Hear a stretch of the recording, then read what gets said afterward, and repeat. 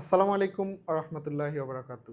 সুপ্রিয় শিক্ষার্থীরা কেমন আছো সবাই? আমি বাদশাহ স্যার তোমাদের মাঝে আবারও হাজির হয়েছি ইংলিশের নতুন একটি ক্লাস নিয়ে। আজকের ক্লাসে আমরা আলোচনা করব খুবই শর্টকাটে আর্টিকেল, ডেফিনেট আর্টিকেল আর ইনডেফিনেট আর্টিকেল নিয়ে। আর্টিকেল মূলত দুই প্রকার, একটা হলো ডেফিনেট আর্টিকেল, একটা হলো ইনডেফিনেট আর্টিকেল। আর্টিকেল কিন্তু আমাদের সবার আছে, তাই আর্টিকেল খুবই গুরুত্বপূর্ণ এবং আর্টিকেলে খুব সহজেই নাম্বার উঠানো যায়। তাই তুমি যদি কিছু শর্টকাট ট্রিক্স শিখে নাও তাহলে কোথায় ডেফিনেট আর্টিকেল বসবে, কোথায় ইনডেফিনেট আর্টিকেল বসবে সেটা খুব সহজেই বুঝতে পারবে।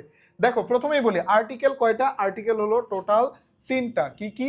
এ, অ্যান, দা। এর বাইরেও আর্টিকেলে কি বসে? সাধারণত এর বাইরে আর্টিকেলে বসে ক্রস। ঠিক আছে, তাহলে আর্টিকেল হলো তিনটা, এ অ্যান দা।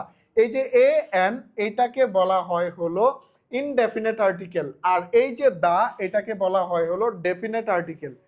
তাইলে কি বললাম? দাকে বলা হয় definite article, A N K indefinite article. এখন আমি এখানে তোমাদের খুব সুন্দর করে শর্টকাট ট্রিক্স দিয়েছি যে কোথায় ডেফিনেট আর্টিকেল দা বসবে আর কোথায় ইনডেফিনেট আর্টিকেল এ অথবা অ্যান বসবে। চলো আমরা একটু এক্সপ্লোর করি এগুলোকে। দেখো প্রথমেই দেখো ডেফিনেট আর্টিকেল হিসেবে দা কোথায় কোথায় বসে। নির্দিষ্ট বা স্পেসিফিক কোনো ব্যক্তি বা বস্তুকে বোঝাতে দা সবচেয়ে বেশি বসে হলো স্পেসিফিক করে কাউকে বোঝাতে। যেমন ধরো সান, পৃথিবীতে সান আছে কয়টা? সূর্য কয়টা? একটাই, তাইলে এটা স্পেসিফিক, এই জন্য এখানে দা। স্পেসিফিক ভাবে তুমি যদি কোনো বইকে বুঝাও তাহলে সেক্ষেত্রে দা বুক। ঠিক আছে। আবার দেখো দুই নাম্বার ট্রিক্স কি? দুই নাম্বারে দেখো উল্লেখিত, অলরেডি কোনো কিছু মেনশন করা হয়েছে এরকম কোনো কিছুতে আর্টিকেল হিসেবে দা বসে। যেমন আই স আ ক্যাট, দেখো I saw a cat, the cat was black. এই যে প্রথম লাইনে অলরেডি আমি ক্যাটটার কথা মেনশন করে দিছি, তাই এই ক্যাটটা নির্দেশ করতেছে বা আগে থেকেই উল্লেখিত আছে, দ্যাটস ওয়াই এখানে দা বসবে। পরেরটা দেখো সবার কাছে পরিচিত বা সাধারণ কোনো কিছুর ক্ষেত্রে সাধারণত দা বসে। যেমন আর্থ, আর্থ আমাদের সবার পরিচিত, তাই দা আর্থ। দা স্কাই, এগুলো সব আমাদের পরিচিত, তাই কোনো কিছু সার্বজনীন বা সবার কাছে পরিচিত এরকম ক্ষেত্রে দা বসে। তারপর দেখো অনন্য বা ইউনিক কিছু যদি তুমি বুঝাও সেক্ষেত্রেও দা বসে। ঠিক আছে, যেমন দ্য প্রেসিডেন্ট, ঠিক আছে, দ্য গ্যাংস, ঠিক আছে, দ্য প্রাইম মিনিস্টার, এরকম ইউনিক কিছু বুঝালেও সেক্ষেত্রে আমরা দা বসাবো। ক্রমবাচক অর্থাৎ অর্ডিনাল আর সুপারলেটিভ ফর্মের আগে দা বসে। ডিগ্রির যে ফর্মগুলো আছে অর্থাৎ পজিটিভ, কম্পারেটিভ, সুপারলেটিভ, এর মধ্যে সুপারলেটিভের আগে সাধারণত সবসময় দা বসে। যেমন দ্য বেস্ট, দ্য গ্রেটেস্ট, ঠিক আছে, the ugliest, the most beautiful, এগুলোর আগে দা বসে। আবার ক্রমবাচক the first, the second, the third, the fourth, অর্থাৎ ক্রমবাচক বুঝালে সেগুলোর আগেও দা বসে। তাইলে দেখো দা মনে রাখার ট্রিক্স কি কি? অলরেডি মেনশন করে দিছে যেখানে, সেখানে দা বসবে। যেখানে স্পেসিফিক ভাবে কোনো কিছু বোঝাচ্ছে সেখানে দা বসবে। দেখো যেখানে ইউনিক কোনো কিছু বোঝাচ্ছে সেখানেও দা বসবে। সুপারলেটিভ ডিগ্রির আগে দা বসে। অর্ডিনাল বা ক্রমবাচক বুঝালে সেখানেও দা বসে। সো আমরা দায়ের ব্যবহার বুঝলাম, অর্থাৎ ডেফিনেট আর্টিকেলের ব্যবহার বুঝলাম। এবার আমরা একটু ইনডেফিনিট আর্টিকেলের ব্যবহার বুঝি। ইনডেফিনিট আর্টিকেল কিন্তু আবার দুইটা, এ এবং অ্যান। দেখি কোথায় কোনটা বসে।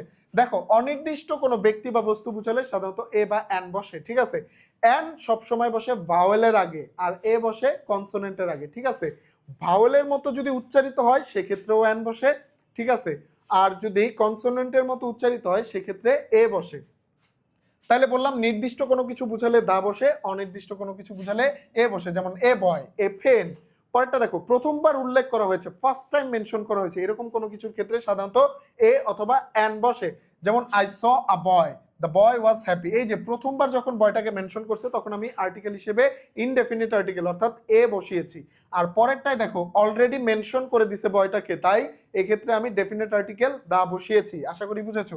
পেশা বা পরিচয় বুঝাতে সাধারণত এ বসে। যেমন he is a teacher, he is a doctor, he is an engineer. An কেন ব্যবহার করলাম? কারণ ইঞ্জিনিয়ার শুরু হয়েছে ভাওয়েল দ্বারা, ই দ্বারা, তাই। ঠিক আছে, তাইলে পেশা বা পরিচয় বুঝাতে সাধারণত এ অথবা অ্যান বসে। আবার দেখো অ্যান এর ব্যবহার সাধারণত ওই যে বললাম ভাওয়েলের আগে হয়, এ ই আই ও ইউ। এই ভাওয়েলগুলোর আগে বা ভাওয়েলের মতো উচ্চারিত হলে তার আগে সবসময় অ্যান বসে। An apple, an hour, apple শুরু হয়েছে এ দ্বারা তাই অ্যান হয়েছে, কিন্তু আওয়ার দেখো শুরু হয়েছে এইচ দ্বারা, কনসোনেন্ট দ্বারা, তারপরে এখানে অ্যান বসেছে। কেন? এটার উচ্চারণটা হয়েছে ভাওয়েলের মতো। যেমন হাওয়ার, হাওয়ার উচ্চারণ না করে আমরা উচ্চারণ করছি কি? Hour, hour. তাহলে আওয়ার উচ্চারণ করতে আমরা ও এর ব্যবহার করতেছি, আর ও যেহেতু ভাওয়েল তাই উচ্চারণের ক্ষেত্রে এটা ভাওয়েল, দ্যাটস ওয়াই এখানে বসবে হলো অ্যান। আবার কনসোনেন্টের আগে এ বসে, এটা তো আমরা আলোচনা করলামই। কিন্তু এখানে একটু খেয়াল করো, এ বুক এটা তো ঠিক আছে, বি কনসোনেন্ট, এটার আগে এ বসছে, কিন্তু এখানে একটু খেয়াল করে দেখো ইউনিভার্সিটি, ইউ কি, আমরা এই যে একটু আগেই দেখলাম ইউ হলো কি, ইউ হলো ভাওয়েল, তাহলে এটা ভাওয়েল হওয়ার সত্ত্বেও এখানে এ কেন বসলো? ইউর একটা টেকনিক আছে, এটা আমাদের মনে রাখতে হবে। ইউ যদি নিজের মতো উচ্চারিত হয়, নিজস্ব স্টাইলে, যেমন ইউ, ইউ যদি ইউর মতো উচ্চারিত হয় সেক্ষেত্রে আর্টিকেল হিসেবে এ বসে। কি বললাম? ইউ যদি ইউর মতোই উচ্চারিত হয় সেক্ষেত্রে আর্টিকেল হিসেবে এ বসে, যেমন ইউনিভার্সিটি, এ বসবে। আর ইউ যদি আ এর মতো উচ্চারিত হয়, আ, তাহলে আর্টিকেল হিসেবে অ্যান বসবে, যেমন আমব্রেলা, আমব্রেলাটা শুরু হয়েছে ইউ দ্বারা কিন্তু উচ্চারণ হচ্ছে কিসের মতো? আয়ের মতো, আমব্রেলা। সো সেক্ষেত্রে আমরা ব্যবহার করব অ্যান আমব্রেলা, অ্যান আমব্রেলা। আর ইউনিভার্সিটি যেহেতু ইউর মতো উচ্চারিত হয়েছে তাই আমরা ব্যবহার করব এ, আর ইউনিভার্সিটি। তো এ বা অ্যান মনে রাখার ট্রিক্স হলো নট স্পেসিফিক, ফার্স্ট টাইম ব্যবহার হবে, কোনো প্রফেশন বুঝাবে, ভাওয়েলের আগে অ্যান, কনসোনেন্টের আগে এ। আশা করি ডেফিনেট আর্টিকেল এবং ইনডেফিনিট আর্টিকেলের ব্যবহারটা তোমরা বুঝতে পেরেছো। সো এরকম যদি ইংরেজির সকল ভিডিও তোমরা পেতে চাও তাহলে এক্ষুনি তোমরা যদি আমাদের ফেসবুক পেজ থেকে দেখে থাকো তাহলে ফেসবুক পেজটিকে ফলো দিয়ে রাখো, আর ইউটিউব চ্যানেল থেকে যদি আমাদের ভিডিও দেখে থাকো তাহলে ইউটিউব চ্যানেলটি সাবস্ক্রাইব করে বেল আইকনে ক্লিক করো। দেখা হবে নেক্সট ক্লাসে। আল্লাহ হাফেজ।